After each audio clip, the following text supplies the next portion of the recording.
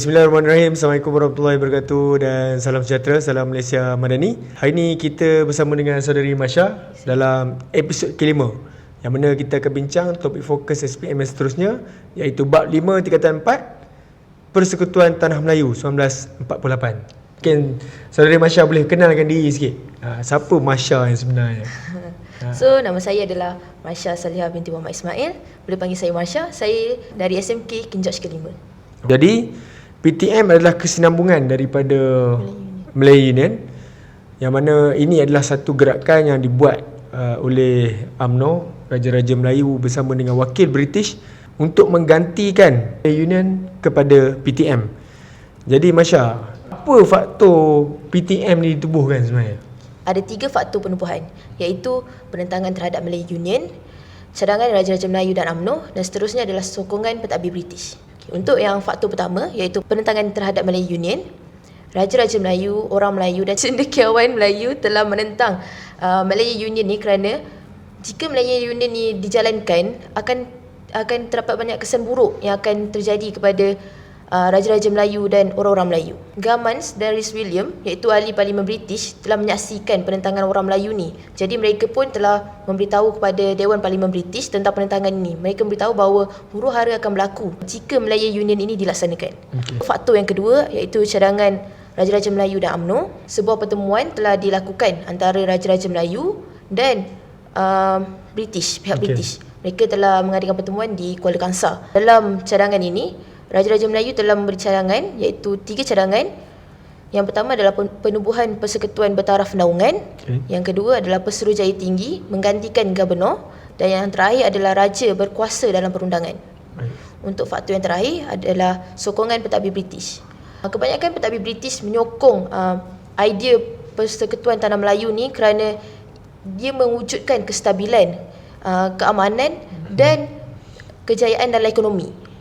Jadi itu 3 faktor kenapa PTM ini dilaksanakan.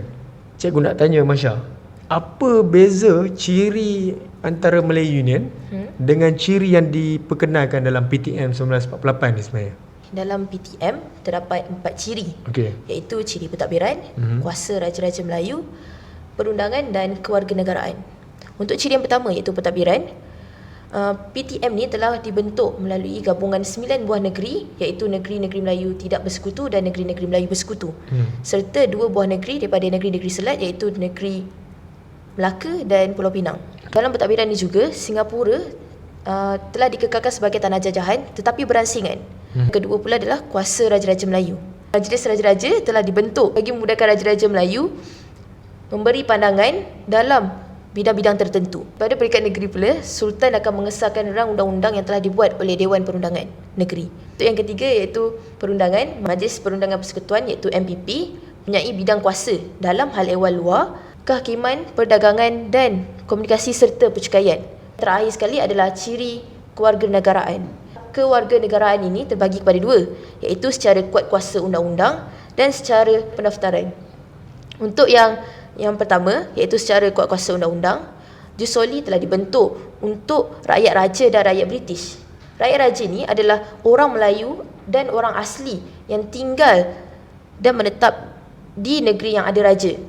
Bagi rakyat British pula adalah mereka yang lahir di Melaka dan Pulau Pinang. Untuk yang kedua, iaitu secara pendaftaran, sesiapa yang dilahirkan di PTM dan bermaustautin selama 15 daripada 20 tahun dari hari permohonan dan mempunyai tingkah laku yang baik, tiada rekod jenayah serta menguasai bahasa Melayu. Mereka ni adalah merupakan kewarganegaraan secara pendaftaran. Jadi ciri PTM yang kita perlu bagi fokus ada 4. Pertama adalah dari sudut pentadbiran.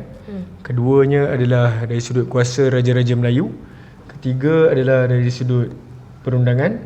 Yang keempat adalah dari sudut kewarganegaraan. Ya, betul. Dan kalau kita tengok kat sini Masya, sebenarnya ciri-ciri yang ada pada PTM ni dia lebih kurang sama macam Melayu Union.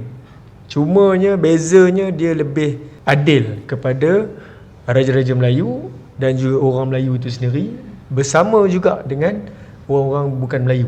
Sebenarnya ini memberi satu gambaran bahawa PTM itu lebih better compare dengan Melayu Union itu sendiri. Boleh share dengan pendengar kat luar sana, bila mana PTM ni dah dibuat dan telah dilaksanakan di tanah Melayu selepas 1948 ni, apa jadi kepada Raja-Raja Melayu, kepada orang Melayu dan juga penduduk di tanah Melayu secara keseluruhannya? Terdapat banyak jugalah kesan penubuhan PTM ni. Ada 4, iaitu mengembalikan kedudukan Raja-Raja Melayu, menjaga kedudukan istimewa orang Melayu, membuka ruang kewarganegaraan, dan terakhir adalah mewujudkan kerjasama kaum. Mengembalikan kedudukan Raja-Raja Melayu. Majlis Raja-Raja telah diwujudkan dan dianggotai oleh 9 orang Raja-Raja Melayu yang membolehkan Raja-Raja Melayu memberikan segala pendapat mereka. Suruhjaya Tinggi British pula telah memastikan Raja dirujuk berkaitan dengan bidang kuasa kerajaan persekutuan. Untuk yang kedua, penubuhan PTM ni telah menjaga kedudukan istimewa orang Melayu dan mereka juga telah mementingkan kepentingan sah kaum lain. PTM ni juga telah membuka ruang kewarganegaraan kepada orang bukan Melayu. Orang Melayu pula akan diiktiraf sebagai penduduk asal dan orang Melayu juga diberi kedudukan istimewa. So bila diorang membuka kewarganegaraan kepada orang yang bukan Melayu ni, dalam masa yang sama diorang juga mementingkan kepentingan sah kaum Melayu sendiri dalam negara. Jadi yang terakhir adalah mewujudkan kerjasama kaum.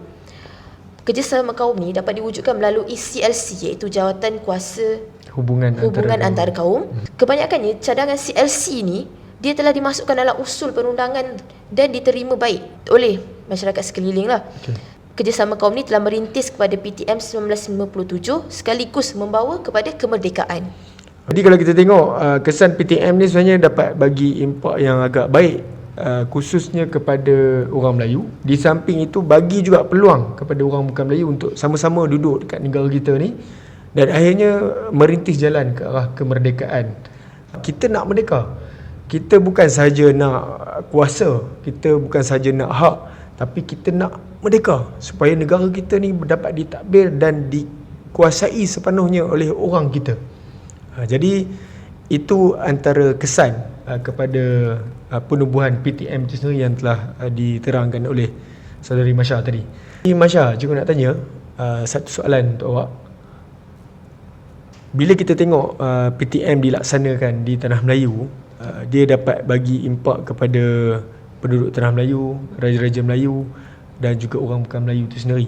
Jadi, apa kesan kalau PTM 1948 ini tak dilaksanakan sampai hari ini? Kesan jika PTM 1948 ini tidak ditubuhkan, Malaya Union akan mengambil alih negara kita. Jadi, Raja-Raja Melayu di negara kita akan hilang kuasa. Bukan itu saja.